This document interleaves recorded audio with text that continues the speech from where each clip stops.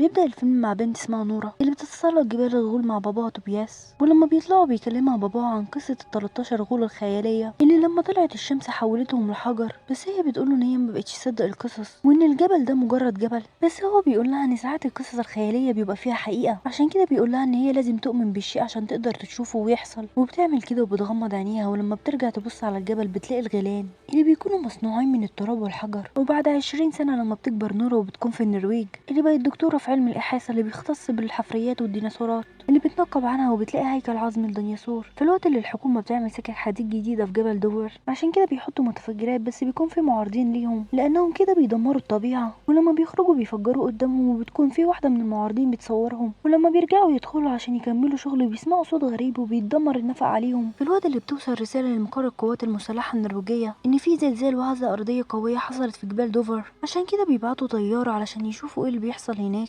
وبيوصل الجنرال المقر وبيشوف الصور اللي اخدتها الطيارة وبيفتكر ان ده عمل ارهابي، علشان كده بيطلب منهم ان هم يبلغوا رئيسة حكومة اوسلو اللي لما بتطلع بيستقبلها اندرياس اللي هيوصلها لمقر القوات المسلحة. وبعدها بيكلمها فرايد وزير الدفاع، ولما بيوري لها الصور بتفتكر ان نيزك ضرب المكان. وبعدها بيوري لها صور فيها اثار رجلين عملاقة، بس مش بيكونوا مصدقين ده وبيفتكروها مجرد حفر في الارض، عشان كده بتطلب منه ان هو يجيب علماء متخصصين في الحوار ده. وبيعمل كده وبيبعت طيارة فيها قوات عشان ياخدوا نورة لمقر القوات المسلحة اللي لما بتوصل بيستقبلها اندرياس، وبعدها بيوصلها للقادة. ولما بيتكلموا عن الصورة وعن اثار الرجلين اللي بيعتبروها شقوق في الارض بتعترض معاهم وبتقول لهم ان دي اثار رجلين، بس هم بيتريقوا عليها. في الوقت اللي بتدخل الموظفة سيجي وبتوري لهم الفيديو اللي صورته المعارضة اثناء تفجيرهم للجبل اللي لما بيحركوه بالبطيء بتسمع نورة صوت نفس كائن، ولما بتطلب منها انها توقف الفيديو بتشوف عملاق. بس برضه القادة مش بيكونوا مصدقين اللي هم شايفينه لان الصورة مش بتكون واضحة. في الوقت اللي بيشوف راجل كلب وسوله بينبح بطريقة غريبة، وبعدها مراته بتسمع صوت غريب وبيحسوا بهزة أرضية قوية، عشان كده بينزلوا كبوبتهم وبيستخبوا فيه. ولما بتقف الهزة بيطلعوا مش بيلاقوا غير نص بيتهم،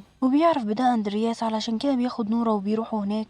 وهما في الطريق بيسألها عن حبها للطبيعة اللي بتحكي له وبتقوله ان السبب في ده باباها لانه كان عالم زيها، بس مش بتكون راضية عنه لانه مؤمن بالقصص الخيالية وهي مش بتكون مصدقاها. ولما بيوصلوا بيستغربوا من اللي حصل للبيت، وبينزلوا وبيتعرفوا بالنقيب هولم اللي بيكلمهم عن الكائن اللي عمل كده، وبيقول لهم ان اثاره انتهت عند الجبال وانهم فتشوا المنطقة وما لقوش اي اثر ليه. وبعدها بياخدها لاصحاب البيت اللي بيحكوا لها على اللي حصل معاهم، وبيقول لها ان هو شاف ضلمة كانهم في ظل جبل وان الجبل ده بيتحرك. ولما بتروح نورة للبيت المكسور بتشم ريحة قوية للطبيعة الخارقة، وبعدها بتشوف آثار الرجل العملاقة وبتحاول تشوف آثار بيولوجية للكائن ده، بس مش بتلاقي غير تراب وحجر. ومن هنا بتفتكر كلام باباها عن الغول الجبلي، وبعدها بتطلب منهم ان هو ياخدها للمكان اللي انتهت أثره فيه. وبيعمل كده وبياخدها عند المكان اللي بتنتهي أثره عند الجبل، وبتكون مستغربة ان هو قدر بحجمه ده ان هو يقدر يختفي. وبعدها بتطلب منهم ان هم يروحوا المكان اللي بيكون عند باباها اللي بيرفع عليهم بندقية، لانه بيفتكروا ان هم هياخدوه للسجن ولانه مش متعرف على بنته لانهم بقالهم كتير ما تقابلوش. بس لما بتعرفوا بنفسها بينزل البندقية وبتقوله ان هي عايزة تتكلم معاه علشان كده بيدخلوا لبيته. ولما بيشوف اندرياس صور العملاق وصور العمال بيقولوا توبياس ان هم كانوا بيحفروا في سنة 1943 في جبل عشان يعملوا سكك حديد جديدة، بس وقفت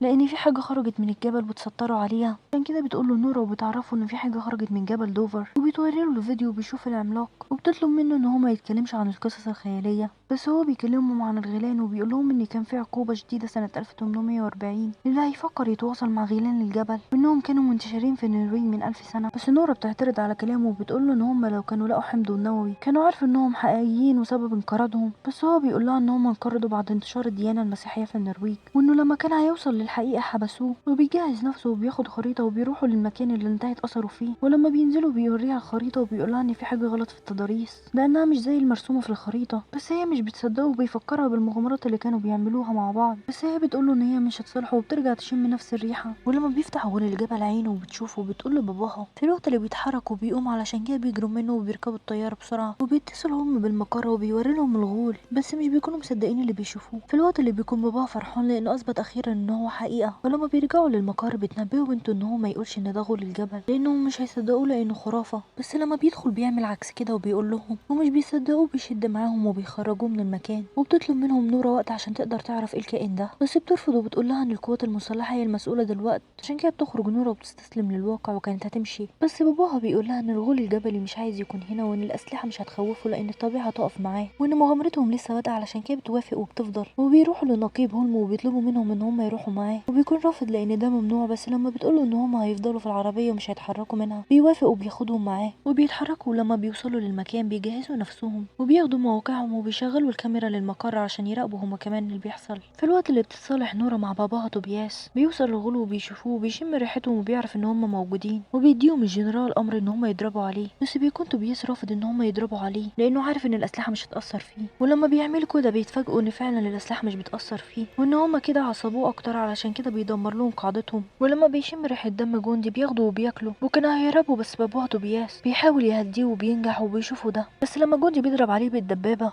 بيتعصب وبيضرب باباها، الا لما بتروح له بيبص عليهم الغول وبيكون حزين وبيسيبهم وبيمشي. بس باباها بيكون فرحان لانه قدر يتواصل معاه، وبيقول لها 3 كلمات هما القصر والملك والبيت، وبعدها بيموت ومش بتكون مصدقه ده وبتكون حزينه. ولما بترجع للمقر وبتشوف كتابه اللي بيكون فيه صوره فيها عمالقه رايحين لقصر اللي بيكون مكتوب تحتها البيت، بس مش بتكون فاهمه هو يقصد ايه. وتاني يوم لما بيروح لها اندرياس والنقيب هولم اللي بيقول لها ان هما يلحقوه ويرجعوا يضربوه تاني، بس هي مستغربه ان هما يرجعوا يعملوا كده رغم ان الاسلحه ما اثرتش فيه. عشان كده بيرجعوا للقصص الخياليه عشان يلاقوا حاجه يقدروا يوقفوا بيها. ولما بتخمن ان في حاجه هتقدر توقفه بترجع للقاده وبتقول لهم ان غيلان الجبل كانوا بيكرهوا اجراز الكنيسه، عشان كده هما ممكن يجربوا ده. بس وزير الدفاع مش بيوافق، بس لما بيقول له هولم ان الاسلحه ما اثرتش فيه بيرجع يوافق. في الوقت اللي بيعرفوا مكانه بيوصل للملاهي، والناس لما بتشوفه بتخاف وبتهرب، وبيوصلوا بالطيارات اللي فيها الاجراس وبيلفوا حواليه، وفعلا بتضايقه بس مش بتاثر فيه وبيرجع يضربهم وبيدمر طيارتهم. بس لما طياره منهم كانت هتقع على ولد وابوه بيمسكها وبينقذهم وبيشوفوا ده وبيفهموا ان هو مش مؤذي وبيمشي وبيسيبهم. والاعلام طبعا بيعرف بكل اللي حصل وبيشوف الغول اللي تسبب في دمار في النرويج. ولما بيرجعوا للمقر بعد ما فشلوا في ان هم يوقفوه عشان كده بيقرروا ان هم يبعدوا نورا، وفي اجتماعهم بيقرروا ان هم يستخدموا اسلحه نوويه عليه. بس بيعترض اندرياس وبينهي خدمته وبياخد شنطه باباه توبياس وبيروح لنورا عشان يديها ويقول لها ان هم هيستخدموا اسلحه غير مسموح بيها وان هم هيخلوا المدينه. عشان كده بتطلع وزيره الحكومه مباشر وبتقول لهم ان اللي شافوه حقيقي